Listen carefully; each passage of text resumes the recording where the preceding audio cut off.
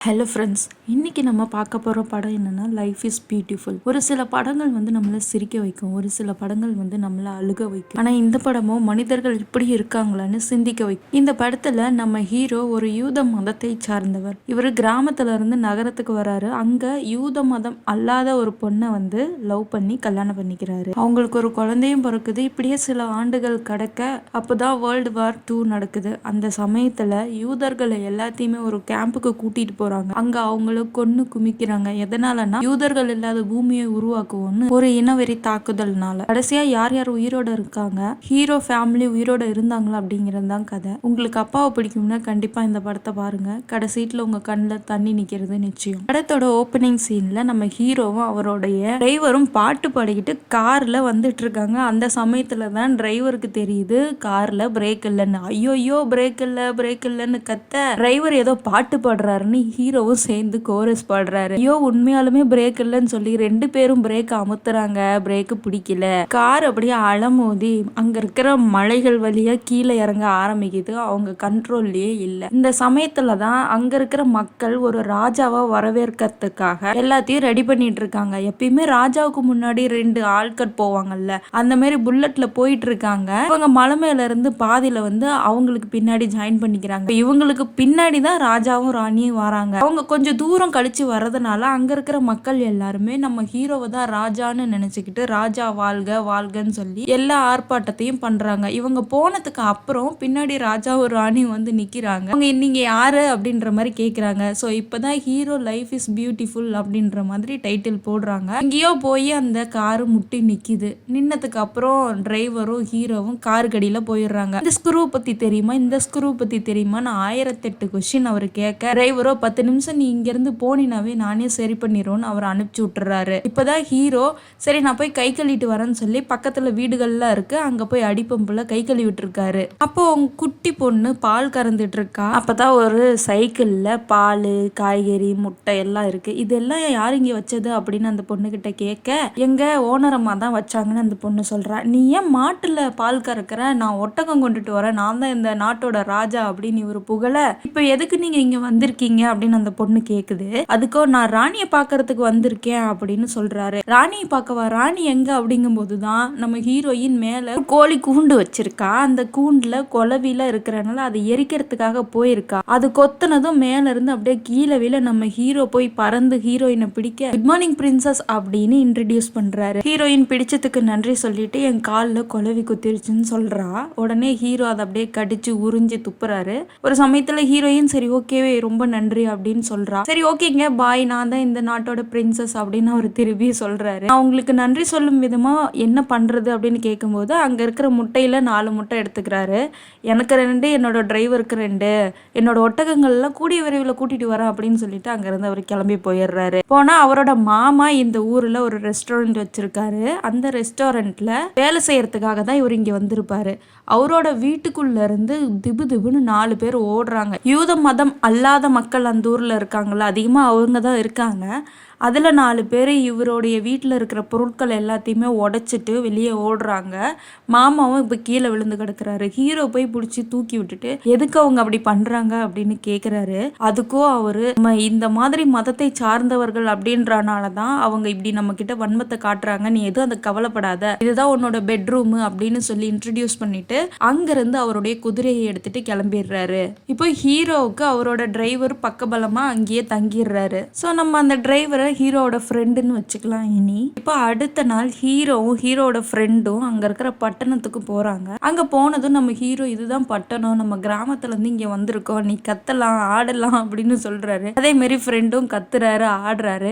நம்ம பட்டணத்துக்கு வந்திருக்கோம், எதுக்கு கத்துற ஆடுறன்னு இப்படியும் மாத்தி பேசுறாரு. இப்ப 2 பேரும் எங்க வந்திருக்காங்கன்னா ஒரு ஃபர்னிச்சர் கடை.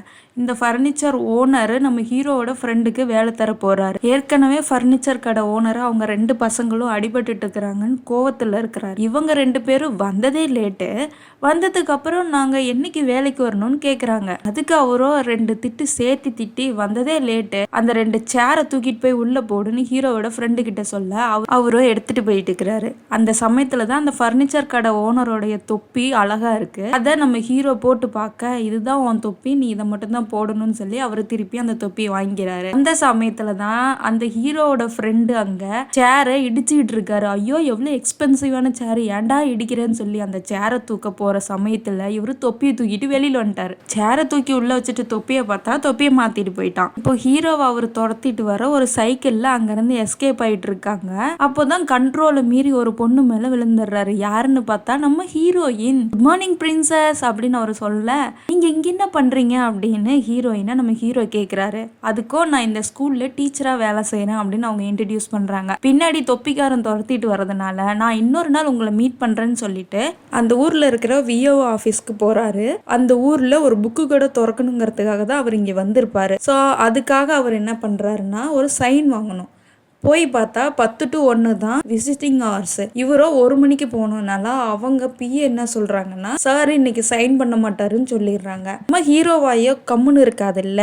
இப்போ வியோவை வெளியில வர எனக்கு ஒரு சைன் வேணும்னு கேட்குறாரு. அவரோ விசிட்டிங் ஹவர்ஸ் முடிஞ்சிருச்சு, என் பிஏ கிட்ட எதா இருந்தாலும் கேட்டுக்கா அப்படின்னு சொல்ல, நான் ஆல்ரெடி சொல்லிட்டேங்க சார், இவங்க போக மாட்டேங்கிறாங்கன்னு அவங்க சொல்ல, ஒரு சைன் பேப்பரை திறந்து ஒரு சைன் போடுறதுக்கு உங்களுக்கு இவ்வளோ கஷ்டமா இருக்கு அப்படின்னு இவர் கேட்க, அவரும் ஆமா அப்படிதான் பண்ணுவேன், வேணும்னா கேஸ் ஃபைல் பண்ணிக்கோன்னு சொல்லிட்டு கீழே போயிடுறாரு. கேஸ் ஒரு நாள் நான் ஃபைல் பண்ண தான் போறேன்னு சொல்லி ஜன்னல் மேல கைய வைக்க பக்கத்துல இருந்த தொட்டி, அதாவது பூந்தொட்டி கீழே விழுந்துருது. கீழே யாருன்னு பார்த்தா கரெக்டா விஏஓ மண்டையிலே விழுந்துருது. மண்டை மேல தொட்டி விழுந்ததும் அவர் தொப்பியை கழட்டி கார் மேல வைக்க, இவர் போய் சாரி சார் நான் தெரியாம பண்ணிட்டேன், உங்களுக்கு வலி அதிகமா அப்படின்னு அவர் பாக்கெட்ல இருந்த 2 முட்டையை தூக்கி தொப்பிக்குள்ள வச்சுட்டு அவர் மண்டையை தொடவி பார்த்துட்டு இருக்காரு. இந்த சமயத்துலதான் விஏஓ தொப்பியை தூக்கி கவுத்த மண்டை ஃபுல்லா ஆம்லேட் ஆயிடுச்சு. டென்ஷனான அவரு திருப்பி இவரை துரத்த ஆரம்பிக்கிறாரு. ரெஸ்டாரண்ட்டுக்கு வந்தாச்சு. வந்த உடனே இங்க ஒரு டாக்டர் இருக்காரு. இவரு தான் இங்க ரெகுலர் கஸ்டமர். இவர்கிட்ட விடுகதை போடுறாரு. என்ன விடுகதைன்னா, மீன் மாதிரி இருக்கும் ஆனா முருங்கைக்காயுள்ள சதைய வலிச்சு வைக்கிற மாதிரி வலிச்சு வைப்போம், அது என்னன்னு கேக்குறாரு. அவரும் அதுக்கு லாப்ஸ்டர்னு சொல்லிடுறாரு. அதுக்கப்புறம் வேற ஒரு விடுகதை சொல்ல அவர் குழம்பி போய் அங்க இருந்து கிளம்பிடுறாரு. அன்னைக்கு ராத்திரி ஃப்ரெண்டும் ஹீரோவும் படுத்துட்டு இருக்காங்க. அப்பதான் ஹீரோயினை பத்தி இவரு சொல்ல, ஃப்ரெண்டோ நடுவுலயே தூங்கிடுறாரு. இன்னைக்கு எவ்வளவு தைரியம் இருந்தா நான் பேசிட்டு இருக்கப்பயே நீ தூங்கு அப்படிங்கிறாரு. அதுக்கும் அவரு, அது ஒரு மர்ம கலை, உனக்கு தெரியாது, மனசுக்குள்ளேயே தூங்கணும்னு நினைச்சேன்னா உடனே தூக்கம் வந்துடும் அப்படின்னு சொல்றாரு. நிஜமாலுமா? நானும் ட்ரை பண்றேன், தூங்கணும் அப்படின்னு சொல்லிட்டே இருக்காரு. தூங்கணும்னு சொல்லிட்டே இருந்தீங்கன்னா தூக்கம் வராது, ஆள் மனசுல நினைக்கணும் அப்படின்னு சொல்றாரு. இப்பயோ பக்கத்துல இருக்கிறீங்களா, ஏந்திரின்னு ஃப்ரெண்ட் எழுப்புறாரு. அவரும் எந்திரிச்சுறாரு. செம்ம பவர்ஃபா அப்படின்னு சொல்ல, நீ காதுகிட்ட வந்து கத்துனா ஏந்திரிக்காம என்னடா பண்ணுவேன், மனசுக்குள்ள கத்துடா அப்படின்ட்டு அவரு தூங்கி போயிடுறாரு. அடுத்த நாள் ஹீரோவும் ஃப்ரெண்டும் டவுனுக்குள்ள நடந்து போயிட்டு இருக்காங்க. அப்போ வீட்டு மேல ஒரு அம்மா இருக்கு. கீழே இருந்து ஒரு பையன் கீன்னு கத்துன உடனே மேல இருந்து சாவி உழுவுது. இதை பார்த்து ஒரு ஷாக் ஆயிடுறாரு. ஒரு நிமிஷம், இந்த கீ மேல இருந்து கீழே விழுவுறது, தொப்பி மாத்துற சீனு, ஏந்திரின்னு எழுப்புற சீன், இது எல்லாமே நம்மளோட தமிழ் படத்துல வந்துருக்கு. அது என்ன படங்கிறத கீழே கமெண்ட்ல சொல்லுங்க. இப்ப 2 பேரும் அப்படியே நடந்து போயிட்டு இருக்க விஏஓ வந்து கார்ல இறங்குறாரு. அவரை பார்த்தது இவர் ஃப்ரெண்டு பின்னாடி ஒளிஞ்சுக்கிறாரு. விஏஓ யார்கிட்ட பேசிட்டு இருக்காருன்னா ஹீரோயின் கிட்ட. ஹீரோயின் அவங்களோட ஃப்ரெண்டோட வந்திருக்காங்க. ஹீரோயின் கிட்ட பேசி முடிச்சது இவர் போய் பேசுறாரு. நான் இங்க பக்கத்துல ஒரு ஸ்கூல்ல வேலை செஞ்சுட்டு இருக்கேன் அப்படின்னு சொல்ல, ஹீரோயினுக்கும் ஹீரோ மேல லைட்டா இம்ப்ரெஸ் ஆகுது. அவங்க 2 பேரும் பாய் சொல்லிட்டு அங்கிருந்து கிளம்ப இவர் திரும்பவும் ரெஸ்டாரண்ட்டுக்கு வராரு. ரெஸ்டாரண்ட்டுக்கு வந்தா டாக்டர் அங்கே உட்காந்துட்டு இருக்காரு. நேற்று நீ கேட்ட கேள்விக்கு நானும் பதில் சொல்லி, நான் தான் ஜீனியஸ் அப்படின்னு அவர் கேட்ட விடுகதைக்கு இவர் ஏதோ ஒரு பதில் சொல்றாரு. அந்த சமயத்துல தான் இவர் சாலட்டு சால்மன்னு ஒரு கிளாஸ் வைன் கொண்டுட்டு வந்து தராரு. இப்போ இன்னொரு விடுகதை, அதாவது ஒரு வெள்ளை படலத்து மேல 7 குள்ளர்கள் உட்காந்துட்டு இருக்காங்க. அந்த 7 குள்ளர்களுக்கும் ஒரு பெண்மணி விருந்து பரிமாறுறா, அப்படிங்கிறது என்ன அப்படின்னு கேட்கிறாரு. இந்த டாக்டர் யோசிச்சுட்டே எனக்கு இந்த சாப்பாடு வேணாம் அப்படின்னு சொல்லிடுறாரு. அந்த சமயத்துல தான் வெளியூர்ல இருந்து ஒரு இன்ஸ்பெக்டர், அதாவது ஸ்கூல்ல எல்லாம் இன்ஸ்பெக்ஷன் பண்ணுவாங்கல்ல, அவரு இந்த ஹோட்டலுக்கு சாப்பிட வர்றாரு. இங்க ரெஸ்டாரண்ட் வந்து க்ளோஸ்டு அப்படின்னு நம்ம ஹீரோ சொல்ல, அவர் எக்ஸ்ட்ரா டிப்ஸ் தருவாரு அப்படின்னு சொன்ன உடனே நம்ம டாக்டர் தான் இந்த சாப்பாடு வேணான்னு சொல்லிட்டாருல்ல, இதை வந்து அவர் தலையில கட்டி வைக்கணும்னு சொல்லிவிட்டு என்னென்ன மெனூஸ் இருக்கு அப்படின்னு அவர்கிட்ட கேட்க, காடை, கௌதாரி, கொக்கு எல்லாம் சொல்லிட்டு கடைசியா சால்மன் இருக்கு அப்படின்னு சொல்ல அவர் சால்மன் செலக்ட் பண்ணாரு. அதோட சைடிஷா மஷ்ரூம் ஃப்ரை அது இதுன்னு சொல்லி கடைசி ஆப்ஷனா சாலட் சொல்றாரு. அதை அவர் சூஸ் பண்ணிடுறாரு. அதாவது இவரோட ட்ரிக் என்னன்னா, மனுஷனோட மூளை கடைசியா எதை சொல்றாங்களோ அதை தான் அப்சர்வ் பண்ணுங்கிறத ட்ரிக் புரிஞ்சுட்டு இவர்கிட்ட அந்த பிளேட்ல இருக்கிற மெனுவும் அப்படியே சொல்லிடுறாரு. அவரும் ஓகே சொல்லிடுறாரு. அடுத்த செகண்டே அங்கிருந்து எடுத்துட்டு வந்து இங்க கொடுத்துட்றாரு. இவரு ஷாக் ஆயிடுறாரு. நான் நாளைக்கு பக்கத்துல இருக்கிற ஸ்கூலுக்கு போகணும், அதனால 8:30க்கு என்னை எழுப்பி விட்டுருங்கன்னு அவர்கிட்ட சொல்ல, அந்த ஸ்கூல்ல எனக்கு தெரிஞ்ச ஒரு பொண்ணு வேலை செய்யறாங்க அப்படின்னு சொல்றாரு. ஆமா, நான் ஒரு இன்ஸ்பெக்டர், ஸோ அந்த ஸ்கூல்ல போய் இன்ஸ்பெக்ஷன் பண்ணணும்னு சொல்றாரு. நம்ம ஹீரோயினை சர்ப்ரைஸ் பண்ணுறதுல தானே ஃபுல் கான்சன்ட்ரேஷனில் இருப்பார். அதனால் அவருடைய திங்ஸ் எல்லாம் எடுத்துக்கிட்டு இவர் இன்ஸ்பெக்டராக அடுத்த நாள் ஸ்கூலுக்கு போகிறாரு. அங்கே போயிட்டு அது எல்லாருமே யூதம் அல்லாத மதத்தை சார்ந்தவர்கள் தானே. ஸோ அதனால் அந்த பிரின்சிபல் என்ன சொல்கிறாங்கன்னா, அதை பற்றி எக்ஸ்பிளைன் பண்ணுங்க அப்படிங்கும்போது இவர் காமெடி பண்ணிட்டு இருக்காரு. அப்போ தான் ஹீரோயின் கிட்ட வந்து நாளைக்கு சண்டே வச்சா நீங்கள் என்ன பண்ணுறீங்க அப்படின்னு கேட்குறாங்க.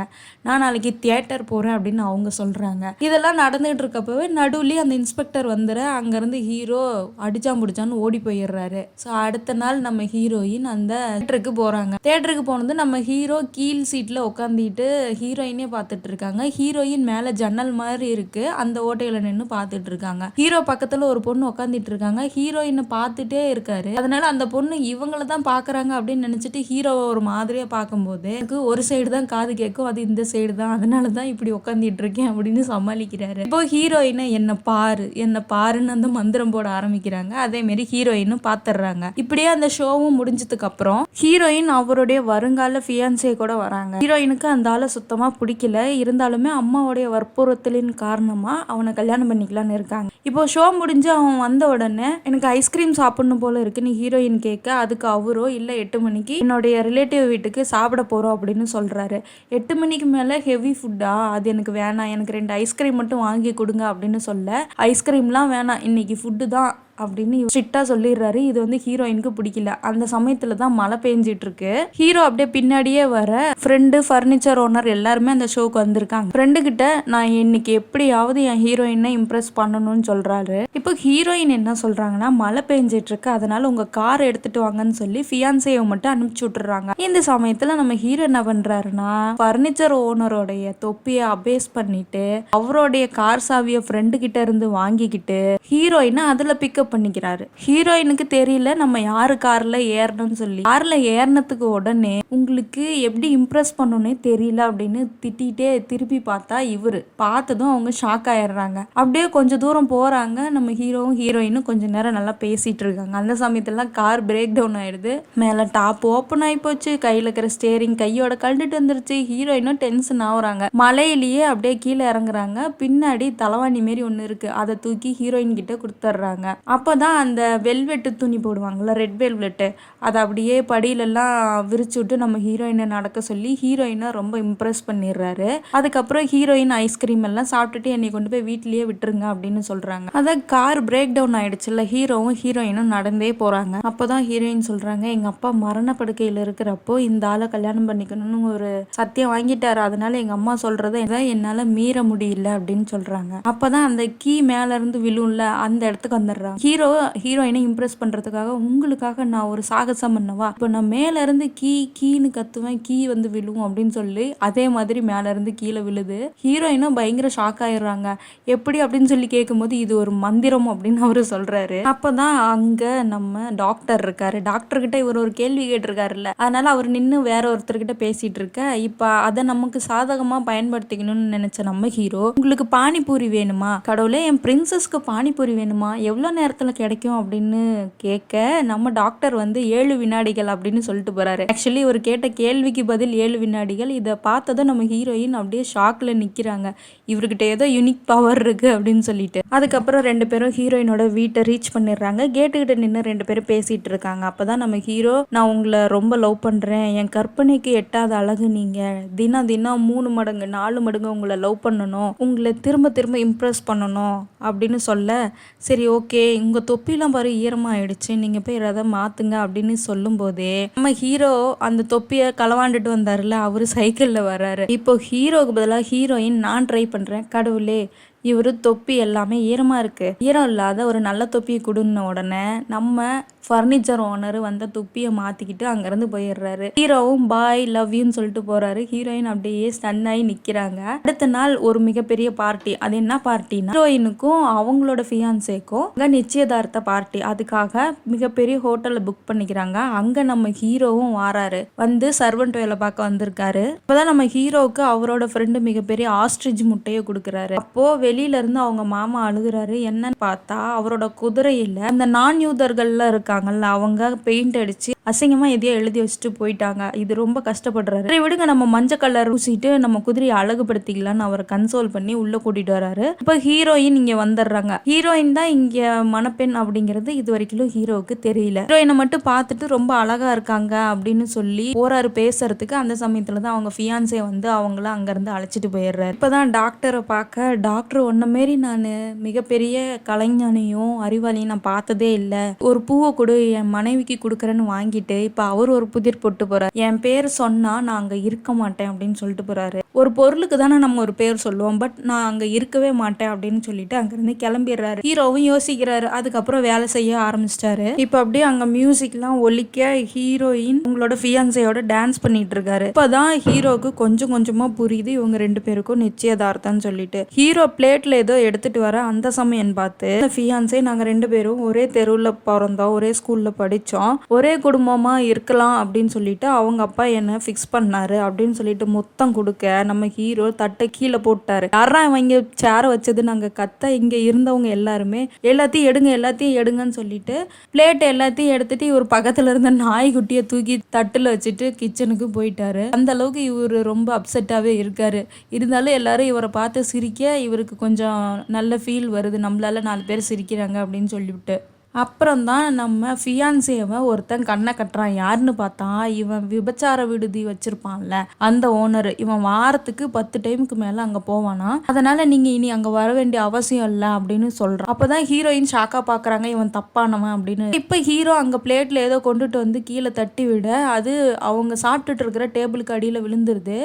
பார்த்த ஹீரோயின் யாரும் பார்க்காத சமயத்துல டேபிளுக்கு அடியில போய் டேபிளுக்கு அடியில 2 பேரும் மொத்தம் கொடுத்துட்டு இருக்கிறாங்க. தயவு செஞ்சு என்னை இங்க இருந்து எப்படியாவது கூட்டிட்டு போயிருங்க அப்படின்னு சொல்ல திரும்பவும் அந்த ஆர்கெஸ்ட்ரால இருந்து ஒருத்தன், ஹலோ லேடிஸ் அண்ட் ஜென்டில்மேன், இந்த நிச்சயதார்த்தத்துக்காக நாங்கள் மிகப்பெரிய கேக் ஒன்று உருவாக்கியிருக்கோம் அப்படின்னு சொல்லி கேக்கு மேலே கொக்குக்கிற மாதிரி கொக்கோட வாய்க்குள்ள ஒரு முட்டையை வச்சு ஒரு மிகப்பெரிய கேக்கை கொண்டுட்டு வந்து ஹீரோயின் பின்னாடி வைக்கிறாங்க. ஸோ இப்போ நம்ம ஹீரோ என்ன பண்ணுறாருன்னா, அந்த குதிரைக்கு சாயம் அடிச்சாங்கல்ல அந்த குதிரை மேலே வந்து நம்ம ஹீரோயினை அங்கேருந்து அப்படியே கூட்டிகிட்டு போயிடுறாரு. இதை யாருமே எக்ஸ்பெக்ட் பண்ணல. ஸோ அவங்க அம்மா ரொம்ப இன்சல்ட்டாக ஃபீல் பண்ணுறாங்க. இவர் கூட்டிகிட்டு போனவர் சும்மா கூட்டிகிட்டு போகாமல் ஃபியான்சே கையில் ஒரு பீர் பாட்டில் கொடுத்துட்டு பீர் ஒன்றுக்கு பொண்ணு எனக்குன்னு சொல்லிட்டு போகிறாரு. இப்போ அந்த பீர் பாட்டில் இருந்த மூடி எகிரி வெளியில் போக அந்த கொக்கு வாயில் இருந்த முட்டை அவர் மண்டையில் விழுந்து உடஞ்சி போயிடுது. டென்ஷனாகி துரத்துறாரு. பட் துரத்த முடியல, பிடிக்க முடியல. 2 பேரும் அப்படியே வேகமாக போயிடுறாங்க. ஆனால் இப்போ மாமாவோட வீட்டுக்கு போயிடுறாங்க. வீட்டுக்கு போனாதான் நம்ம ஹீரோவுக்கு தெரியுது வீட்டோட சாவி ஃப்ரெண்டு கிட்ட இருக்குதுன்னு சொல்லிட்டு. சரின்னு சொல்லி கம்பி எடுத்து திறக்கிறாரு. திறந்த உடனே வீடும் திறந்துக்குச்சு. ஆனால் நம்ம ஹீரோயின் ஆப்போசிட்ல அந்த பழைய பொருட்கள் எல்லாம் வச்சிருப்பாங்க அந்த ரூம்குள்ள போறாங்க. பின்னாடியே ஹீரோவும் போவ அப்படியே உள்ள 2 பேரும் போயிடுறாங்க. போனதுக்கு அப்புறம் குட்டி ஒன்று வெளியில வருது. இதுதான் அவங்க பையன். ஸோ இப்போ 2 பேரும் வாழ ஆரம்பிச்சு 2 பேருக்கும் ஒரு குழந்தை இருக்கிற மாதிரி கதை வருது. ஹீரோயின் ஸ்டில் அந்த ஸ்கூல்ல தான் வேலை செய்யறாங்க. இவர் ஒரு புக் ஷாப் வந்து ஓபன் பண்ணிட்டாரு. ஓபன் பண்ணதுக்கு அப்புறம் இப்ப கடையை ஓபன் பண்றதுக்கு பையனும் அப்பாவும் போயிருக்காங்க. பையன் எதையோ கிறுக்கிட்டு இருக்கான். அந்த சமயத்துல தான் புக் எல்லாமே ஆஃப் ரேட்டுக்கு சேல் பண்றோம் அப்படிங்கிற நோட்டீஸ் கொடுக்குறாங்க. அங்க 2 அதிகாரிகள் வராங்க. நீங்க இந்த நாட்டுல வாழ்றதுக்கான முன்னுரிமை பெறணும் அப்படின்னு சொல்லி ஹீரோவை கூட்டிட்டு போயிடுறாங்க. ஹீரோ போறதுக்கு முன்னாடி அந்த பையன்கிட்ட, நீ சமத்தா இந்த கடையை பார்த்துக்கணும், யார் வந்தாலும் கஸ்டமரை நல்லா ஹேண்டில் பண்ணணும், எந்த புக் எடுத்தாலும் பாதி விலை அப்படின்னு சொல்றாரு. இப்போ அந்த இடத்துக்கு நம்ம ஹீரோயினோடைய அம்மா வராங்க, அதாவது தம்பியோட பாட்டி வந்துட்டு இந்த புக்கை எடுத்துக்கிறேன்னு சொல்லி ஒரு புக்கை எடுத்துட்டு $10 அப்படின்னு சொல்றாங்க. இல்ல $5 தான் அப்படின்னு பையன் சொல்றான். அதுக்கு பாட்டி $10 போட்டிருக்கு, உனக்கு படிக்க தெரியாதா அப்படின்னு சொல்றாங்க. எனக்கு படிக்க தெரியும் பாட்டி, பட் இது $5 தான், பாதி விலைக்கு தான் நாங்கள் புக்கு சேல் பண்ணுறோம் அப்படின்னு சொல்கிறாங்க. சரி ஓகே, இந்த லெட்டரை உங்கள் அம்மா கிட்ட கொடுத்துருன்னு ஒரு லெட்டர் கொடுத்துட்டு, உனக்கு பாட்டின்னு யாருமே இல்லையா, உங்கள் அம்மாவோட பாட்டி அப்படிங்கிறப்போ இருக்காங்க, பட் நான் இது வரைக்கும் பார்த்ததில்ல அப்படின்னு அந்த பையன் சொல்கிறான். நாளைக்கு கண்டிப்பாக நீ பார்ப்ப அப்படின்னு அவங்க சொல்ல, நாளைக்கு என்ன அப்படின்னு இவன் கேட்க, நாளைக்கு உன்னோட பிறந்த நாள் அப்படின்னு சொல்லிட்டு அங்கேருந்து கிளம்பிடுறாங்க. இப்போ தான் அப்பாவும் அம்மாவும் ஃபுல் வீடே டெக்கரேட் பண்ண ஆரம்பிக்கிறாங்க, அவங்க பாட்டி வராங்கல்ல அதனால். ஆனால் பையனுக்கு குளிக்கிறதுங்கிறது சுத்தமாக பிடிக்காத ஒரு விஷயம், அதனால் குளிக்கவே மாட்டேன்றான். எப்படியோ அப்பா அடம் பிடிச்சி அவனை எப்படியோ ரெடி பண்ணி வச்சுருக்காங்க. இப்போ அம்மா போய் பாட்டியை கூட்டிகிட்டு வராங்க, குதிரை வண்டியில் கூட்டிகிட்டு வராங்க. கூட்டிகிட்டு வந்து இறங்கி பார்த்தா வீடே அலங்கோலமாக இருக்குது, பையனையும் அப்பாவையும் காணும். இவங்க 2 பேரும் எங்கன்னு பார்த்தா அந்த நாட்டு அரசாங்கம் யூதர்கள் எல்லாத்தையுமே ஒரு வேனில் ஏற்றிட்டு போகுது. அவங்க மாமாவும் அதில் இருக்காங்க. எல்லாரும் ரொம்ப டல்லாக இருக்காங்க. இன்னைக்கு எனக்கு பர்த்டேப்பா, எதுக்கு இங்கே கூட்டிட்டு வந்திருக்கீங்க அப்படின்னு கேட்குறான். பையனை எந்த விதத்துலையும் பயன்படுத்தாமல் வைக்கணும் அப்படின்ற காரணத்தினால பல மாசமா நானும் அம்மாவும் உன்னை வெளியில் எங்கேயாவது கூட்டிட்டு போகணும்னு பிளான் பண்ணிட்டு இருந்தோம், அதனால தான் இங்கே கூட்டிட்டு வந்திருக்கோம் அப்படின்னு சொல்கிறான். இவங்க யாருமே சிரிக்க மாட்டேங்கிறாங்க அப்படின்னு கேட்க, அவங்க எல்லாம் உன்னை ப்ராங்க் பண்ணுறாங்கன்னு சொல்கிறான். இப்போது வண்டி ரயில்வே ஸ்டேஷனுக்கு வந்துடுது. மொத்தம் 3 பெட்டியில் அத்தனை பேரையும் போட்டு அடைச்சிக்கிட்டு இருக்காங்க. அப்பா ஏன் நம்ம இந்த பெட்டியில் போகிறோன்னு கேட்குறான். நான் ரிசர்வேஷனில் புக் பண்ணேன்டா, ஆனால் கிடைக்கல. இப்போ நம்ம அந்த இடத்துக்கு போகணுமா வேணாமா அப்படின்னு சொல்லி கேட்க, நம்ம போகலாம்ப்பா அப்படின்னு சொல்லிடுறான். ஸோ இவங்களை போட்டு ஒரு பொட்டியில் அடைச்சிடுறாங்க. இப்போ தான் இங்கே ஹீரோயின் வராங்க. நீங்கள் ஒரு தப்பு பண்ணிட்டீங்க, என் வீட்டுக்காரையும் என் பையனையும் இதுக்குள்ளே அடைச்சிட்டிங்கன்னு கேட்குறான். நீ வேணா அந்த மதத்தை சார்ந்தவ இல்லாமல் இருக்கலாம், ஆனால் அவங்க 2 பேருமே சார்ந்தவங்க, அதனால தான் அவங்கள அடைச்சிருக்கோம் அப்படின்னு சொல்ல, வாலண்டியராக இவளும் நானும் அந்த பெட்டியில் ஏறிக்கிறேன்னு பெட்டியில் ஏறிக்கிறா. இது ஹீரோவும் பையனும் பார்த்துக்கிறாங்க. இந்த மக்களை ஒட்டு மொத்தமாக கொல்றதுக்கு தான் இங்கே கூட்டிகிட்டு போயிட்டு இருக்கிறாங்க. இப்போ தான் ஹீரோ அந்த பையனுக்கு இன்னும் தைரியத்தை வர வைக்கணும் அப்படிங்கிற காரணத்தினால நம்ம ஒரு கேம் விளையாட போகிறோம். அந்த கேமில் நீ 1000 பாயிண்ட்ஸ் வந்து வின் பண்ணிட்ட அப்படின்னா, இந்த இராணுவத்தெல்லாம் ஒரு பீரங்கி குண்டு வச்சுக்கிட்டு ஒரு வண்டி வரும்ல, அந்த வண்டி உனக்கு பரிசாக கிடைக்கும். நீ தான் ரொம்ப நாளாக புதுசு ஒன்று வாங்கணும்னு அப்பா கிட்ட கேட்டுகிட்டே இருந்தல்ல, நம்ம 1000 பாயிண்ட்ஸ் கெயின் பண்ணிட்டோம்னா உனக்கு அந்த வண்டி ஃப்ரீயாக கொடுத்துருவாங்கன்னு சொல்கிறான். ட்ரெயின் அந்த கேம்புக்குள்ளே, நாசி கேம்புக்குள்ளே போகுது. அங்கே எல்லாத்தையும் இறக்கி விட்டுறாங்க. இறக்கி விட்டதுக்கு அப்புறம் பொண்ணுங்களை தனியாகவும் ஆண்களை தனியாகவும் பிரிச்சிடுறாங்க. அதுலேயே ஆண்கள்லையும் பெண்கள்லையும் வயசானவங்களையும் தனித்தனியாக போக சொல்லிடுறாங்க. அதான் அப்பா சொல்கிறாரு, இங்கே பார்த்தியா எல்லாத்தையும் லைனில் போகிறாங்க பார்த்தியா, எல்லாரும் லைனில் போய் அவங்களுக்கான கேம் கைடன்ஸ் எல்லாமே வாங்கிக்கிறாங்க, அதனால் நீ சமத்து பையனை விளையாடணும்னு சொல்கிறாங்க. உண்மையாவே அப்புறம் ஏன் இந்த ஆஃபீஸர்ஸ் மாரி இருக்காங்கல்ல இவங்க எல்லாரும் சத்தமாக திட்டுறாங்க அப்படின்னு கேட்குறான். அதுக்கும் இவங்க திட்டல, இவங்க எல்லாத்தையும் வழி நடத்துகிறாங்க அப்படின்னு அவன் சொல்கிறான். இப்போது மாமா ஒரு பக்கம் போயிட்டாரு, பையனும் இவனும் ஒரு பக்கம் வந்துட்டாங்க. வந்து பார்த்தா குருவி குஞ்சு அடையிற மாதிரி அத்தனை பேர் எல்லாம் அழுக்கு ட்ரெஸ்ஸோடையே இருக்காங்க. இங்கே இத்தனை பேர் தான் இருப்பாங்க, நம்ம தான் சமத்தா விளையாடணும், இவங்க எல்லாம் ஆல்ரெடி இந்த கேமில் இருக்காங்க, நம்ம இந்த விளையாட்டில் முன்னோக்கி போகணும் அப்படின்னு சொல்கிறாங்க. ஸோ 1000 பாயிண்ட்ஸு அப்படின்னு இவர் சொல்லிகிட்டு இருக்காரு.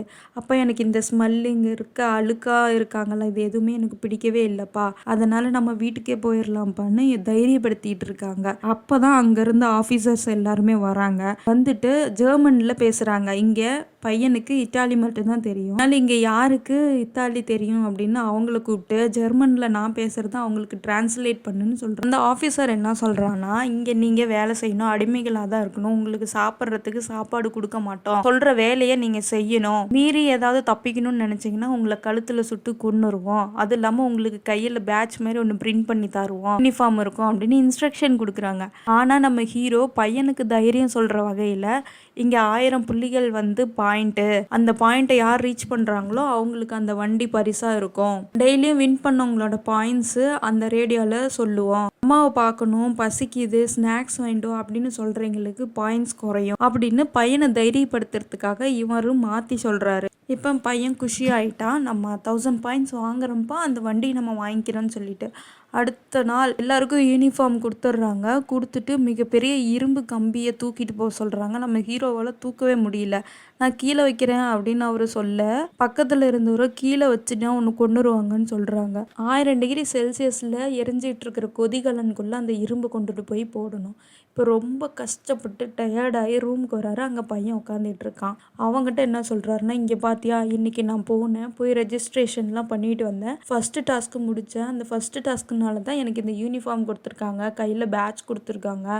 எல்லாரும் பாரு ரொம்ப டயர்ட் ஆகிட்டு இருக்காங்க. உனக்கு ஒன்று தெரியுமா, இன்னைக்கு நான் 60 பாயிண்ட் ஏர்ன் பண்ணேன் அப்படின்னு சொல்கிறான். பையன்கிட்ட நீ சமத்து பையனாக இருந்ததுனால உனக்கு 20 பாயிண்ட்டுன்னு சொன்னாங்க அப்படின்னு சொல்லும்போது அனௌன்ஸ் பண்ணுறாங்க. எல்லாரும் அவங்களோட லொக்கேஷனுக்கு போங்கன்னு அனௌன்ஸ் பண்ணுறாங்க. பாத்தியா பாயிண்ட்ஸ் வந்துட்டு ஜெர்மனில் அனௌன்ஸ் பண்ணுறாங்கன்னு பையன்கிட்ட சொல்கிறாரு. அப்போ தான் பக்கத்தில் ஒரு அண்ணா வராங்க. அவங்க கையில் அடிபட்டுருக்கு. அந்த அண்ணா இருக்காருல்ல, அந்த அண்ணா 40 பாயிண்ட் தான் ஏர்ன் பண்ணியிருக்காரு. அதனால நம்ம தான் லீடிங்கில் இருக்கோம், நீ யார்கிட்டையும் பேசவே கூடாது அப்படின்னு சொல்றாங்க. யாருக்கிட்டையும் நம்ம பாயிண்ட்ஸ் பத்தி ஷேர் பண்ணக்கூடாதுன்னு அப்பா சொல்றாங்க. அதாவது பையனுடைய பசியையும் அழுகையும் போக்குறதுக்கு இப்படி கேமை சொல்லி ஒப்பேத்துறாரு. அதான் இந்த பொண்ணுங்களுடைய வார்டன் பொண்ணுங்களை எல்லாத்தையும் கீழே வர சொல்றாங்க வேலை செய்யறதுக்கு. அப்போ ஒரு பாட்டிமா வராங்க.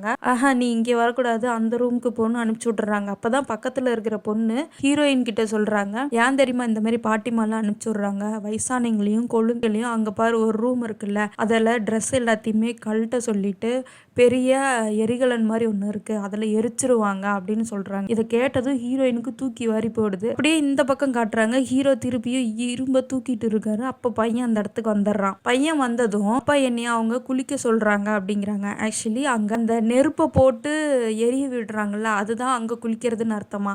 அப்படி சொல்லி தான் பெரியவங்க எல்லாத்தையும் ஒரு ரூம்குள்ளே அனுப்பிச்சி விடுவாங்க. நம்ம பையனுக்கு தான் குளிக்கிறதுனா அலர்ஜியை, அதனால அங்கேருந்து தப்பிச்சு இங்கே அப்பா கிட்ட வந்துடுறான். அப்பா என்ன சொல்கிறாருன்னா, நீ போய் குளி, நான் சாயந்தரம் சீக்கிரம் வந்துடுறேன், இது ஒரு கேமு, இது ஒரு லெவலுன்னு சொல்கிறாரு. பையனும் அங்கேயே ஒளிஞ்சிட்டு இருக்கான். இந்த பக்கம் மாமா சட்டை எல்லாத்தையுமே கழட்ட சொல்லிட்டு இருக்காங்க. எல்லா தாத்தாக்களையும், எல்லா பாட்டிகளையும், எல்லா குழந்தைகளையும் சட்டையை கழட்டிட்டு வாங்க, நீங்கள் குளிக்க போறீங்க அப்படின்னு சொல்லி கழட்ட சொல்லிட்டு இருக்காங்க. எல்லாரும் ஒரு ரூம்குள்ளே போகிறாங்க, அதை காட்டல. இப்போ இந்த பக்கம் ரூமுக்கு வந்ததும் தான் அங்க இருந்து இங்க எல்லாருமே சொல்றாங்க, இந்த மாதிரி பையன் அவங்க கண்ணில் பட்டானா எரிச்சிருவாங்கன்னு சொல்லிட்டு. அடுத்த ஷிஃப்ட்டுக்கு போவாங்கல்ல, அவங்க எல்லாம் தூங்கிட்டு இருப்பாங்கல்ல, அவங்க கிட்ட தன்னோட பையனை விட்டுட்டு போறாரு. நீ என்ன பண்ணணும்னா, அந்த பாதுகாவலர் இருக்காங்கல்ல, அவங்க கிட்ட இருந்து மறையணும், அவங்க கிட்ட மாட்டிக்கிட்டீங்கன்னா டிஸ்குவாலிஃபை, அம்மா வேணும் பசிக்குதுன்னு அழுதினா மார்க் குறையும், நீயே யோசிச்சுக்கோ அப்படின்னு சொல்றாரு. அவனும் சமத்து பையனை ஒளிஞ்சிக்கிறான். அடுத்த நாள் அந்த ட்ராலி மாரி தள்ளிட்டு போவாங்கல்ல, அதில் பையனை ஒளிய வச்சுக்கிட்டு அவர் வேலை செய்கிற இடத்துக்கு கூட்டிகிட்டு போயிட்டு இருக்காரு. அப்போதான் அந்த மைக்கில் அனௌன்ஸ் பண்ணுவாங்கல்ல, அந்த இடத்த பார்க்குறாரு. அங்கே பார்த்ததுமே தன்னோட ஒய்ஃபுக்கு வந்து ப்ரப்போஸ் பண்ணுறாரு. நான் உன்னை நினச்சிட்டே தான் இருக்கேன், நைட்டில் கனவுல கூட நீ வந்த, பையன் சமத்தா இருக்கிறான்னு. இவங்க 2 பேரும் உயிரோட தான் இருக்காங்க அப்படிங்கிறத அங்கே ஷேர் பண்ணிடுறாரு. அந்த பக்கம் ஹீரோயின் ரொம்ப ஹாப்பியாக ஃபீல் பண்ணுறாங்க. இந்த பக்கம் பையனோட ட்ரெஸ் எல்லாமே அழுக்காகி போச்சு, அதை காய வச்சு பையனுக்கு கொடுக்குறாரு. திடீர்னு அங்கே ஒரு அதிகாரி வந்து எல்லாரும் டிஸ்போஸ் அப்படின்னு சொல்லும்போது அங்கேருந்து எல்லாரும் போயிடுறாங்க. பையனும் ஒளிஞ்சிக்கிறான். பார்த்தா எல்லாரும் மெடிக்கல் எக்ஸாமினேஷனுக்கு வந்திருக்கிறாங்க. யாரு டாக்டர்னு பார்த்தா நம்ம ரெஸ்டாரண்ட்ல நம்ம ஹீரோ சர்வ் பண்ணார்ல அதே டாக்டர். ஆனா அவரும் ஒரு யூதர் அல்லாத மதத்தை சார்ந்தவர். அது இல்லாம அங்க யாரு முன்னாடியும் இவர்கிட்ட பேச முடியாது அப்படின்றனால இவர் அப்படியே எதிர்பார்த்து இருக்கிறாரு. ஆனா அப்ப ஒண்ணு மட்டும் சொல்றாரு, நீங்க சொன்னீங்கல்ல வார்த்தையில சொல்லலாம் ஆனா இருக்காது அப்படின்னு சொல்லிட்டு, அது மனம் அப்படிங்கும்போது அவருக்கே மனசு உடைஞ்சு போயிருது. ஏன்னா அங்க மனசாட்சியே இல்லாம எல்லாத்தையும் செக் பண்ண வந்திருக்கிறாருல்ல, அதனால அவரோட ரூமுக்கு அவர் வந்துடுறாரு. வந்துட்டு நான் இப்படி ஒரு ரெஸ்டாரண்ட்டில் வேலை செஞ்சுட்டு இருந்தேன், அங்கே ஒரு டாக்டர் இருந்தார், அந்த டாக்டர் இங்கே வந்திருக்காரு, பட் என்கிட்ட பேசவே இல்லை அப்படின்னு இவர் புலம்பிகிட்டு இருக்கு. அங்கேருந்து இன்னொருத்தர் என்ன சொல்கிறாருன்னா, இங்கே எல்லாருமே பரிசோதனை பண்ண வந்திருக்காங்க, நம்ம உடல்நிலை சரியில்லை அப்படின்னா நம்மளையும் கொன்னுருவாங்க அப்படின்னு சொல்கிறாரு. அப்போ தான் பையன் நம்ம இந்த விளையாட்டுலேருந்து போயிடலாம்ப்பா அப்படின்னு சொல்கிறான். ஏன்டா இப்படி சொல்கிற அப்படின்னு கேட்குறாங்க.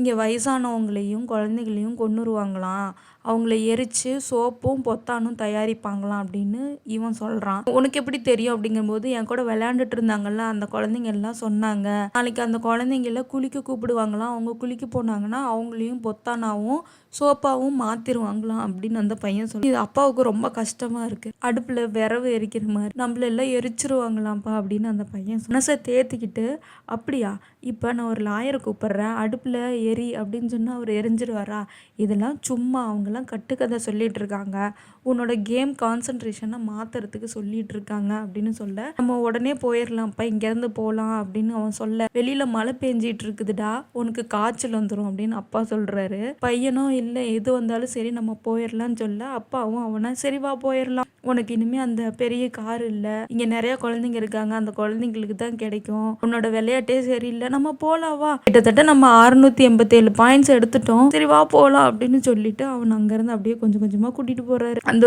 ரூம் எண்டு வரைக்கும் பேசிட்டு இருக்காரு. உங்களுக்கு வந்து அந்த கார் கிடைக்கும், அந்த பீரங்கியோட இருக்கிற கார் கிடைக்கும், என் பையனுக்கு கிடைக்காது அப்படின்னு சொல்லி சொல்லி எனக்கு காய்ச்சல் வந்துடும், நம்ம விளையாட்டை முடிச்சுட்டே போகலாம் அப்படின்னு அந்த பையன் சொல்றான். கனத்த மனசோட அப்படியே நம்ம ஹீரோ திருப்பி உள்ள வந்து பையன் அங்க படுக்க வைக்கிறாரு. இப்பதான் அந்த இடத்துக்கு அதிகாரிகள் அவங்களோட குழந்தைங்களோட ஒரு டின்னர் மீட்டுக்கு வராங்க.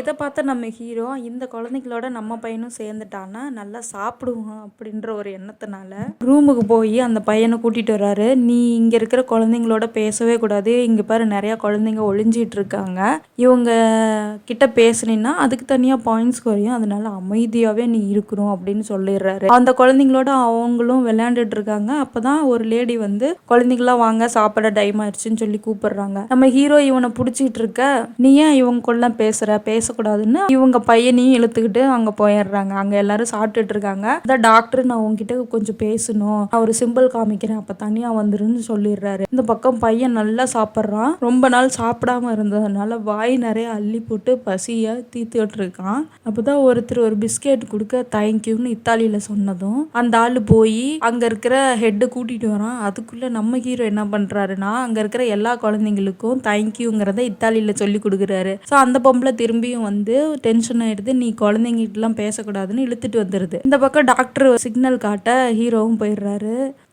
நீ ரொம்ப கேர்ஃபுல்லாக இருக்கணும், இங்கே இருக்கிறவங்க எல்லாத்தையுமே கொலை பண்ண போகிறாங்க. எதனாலனா வேர்ல்டு வார் 2 நடந்துட்டு இருக்கு, அந்த வேர்ல்டு வார் 2 முடிஞ்சிருச்சுன்னா அமெரிக்கா இந்த நாட்டை கைப்பற்றிரும், அப்போ வந்து உங்கள் இனமே இருக்கக்கூடாது, உங்கள் மதத்தை சார்ந்தவங்க யாருமே இருக்கக்கூடாதுன்னு இவங்க முடிவு பண்ணியிருக்காங்க, பாதுகாப்பாக இருந்துக்கோ அப்படின்னு சொல்கிறாங்க. என் மனைவியும் இங்கே தான் இருக்காங்க அப்படிங்கும்போது அவங்களையும் பாதுகாப்பாக இருந்துக்க சொல்லு அப்படின்னு மட்டும்தான் சொல்கிறாரு. இவங்க எல்லாருமே அந்த அதிகாரிகள் எல்லாமே இவங்க எல்லாத்தையும் உடம்புல ஒட்டு துணி இல்லாமல் கொன்று ஒரே முட்டா எரிக்கிறது தான் பிளானு. இப்படியே பையனும் சாப்பிட்டுட்டு அங்கேயே தூங்கிடுறான். நைட்டு ரொம்ப நேரம் கழிச்சுட்டு நம்ம ஹீரோ பையனை தூக்கிக்கிட்டு வந்துடுறாரு. வந்து பார்த்தா வேற வழியில வந்துடுறாரு. வந்து பார்த்தா ஒரு ரூம் நிறைய மனுஷங்களோட உடம்பு. ஸோ அகதிகளாக கூட்டிட்டு வந்து அவங்கள கொன்னு குமிச்சு குழந்தைங்கள்னு கூட பார்க்காம அவ்வளோ உடம்பு அடுக்கி வச்சிருக்காங்க அந்த எரிகலன்ல. இதை பார்த்து ரொம்ப கஷ்டமாயி போயிருது ஹீரோவுக்கு. அப்படியே பையனை தூக்கிக்கிட்டு போயிடுறாரு. அப்பதான் பையன் தூங்கிட்டு இருக்க அப்பா சொல்றாங்க, இது எல்லாமே ஒரு கனவா இருக்கணும், அந்த கனவுல நான் உங்க அம்மாவை ரொம்ப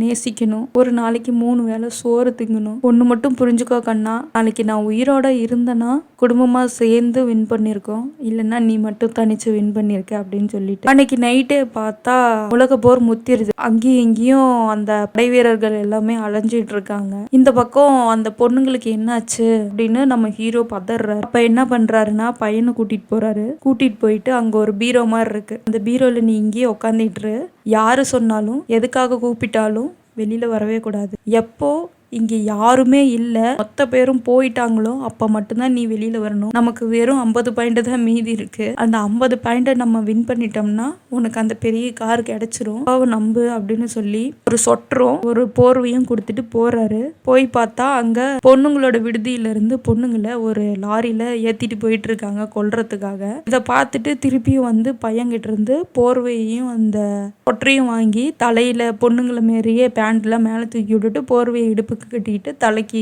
சொட்டர் போட்டுக்கிட்டு பொண்ணு மாரியே போய் நம்ம ஹீரோயின் இருக்காங்களா அப்படின்னு சொல்லி தேடிக்கிட்டே இருக்காரு. பார்த்தா எங்கேயுமே நம்ம ஹீரோயினே இல்லை. அப்பதான் அந்த கண்காணிப்பாங்கல்ல அந்த லேடி நம்ம ஹீரோவை பார்த்துடுறாங்க. பார்த்த உடனே நம்ம ஹீரோவை அங்கேயே கன் ஷாட்ல கொலை பண்ணுங்கன்னு ஆர்டர் வருது. ஆனா அங்கிருந்து ஒரு அதிகாரி இவனை இங்கே கொல்லாதீங்க, நம்ம எரிகலன்ல கொண்டுட்டு போய் கொல்லுங்கன்னு சொல்றாங்க. ஹீரோக்கு தெரிஞ்சு போச்சு நம்ம இப்ப சாவ போறோம்னு சொல்லிட்டு அந்த பீரோல இருந்து அந்த பையன் அப்படியே எட்டி பார்த்துட்டு இருக்கான் அப்பாவை. தான் சாகரப்பையும் தன்னோட பையனுக்கு பயம் வரக்கூடாது அப்படிங்கறனால அங்கேயும் சார்லி சாப்ளின் மாதிரி நடக்கிறான். அதை பார்த்து தன்னோட பையன் ரொம்ப சிரிக்கிற முகத்தை பார்த்துக்கிட்டே அவனோட உயிர் அந்தான போகுது.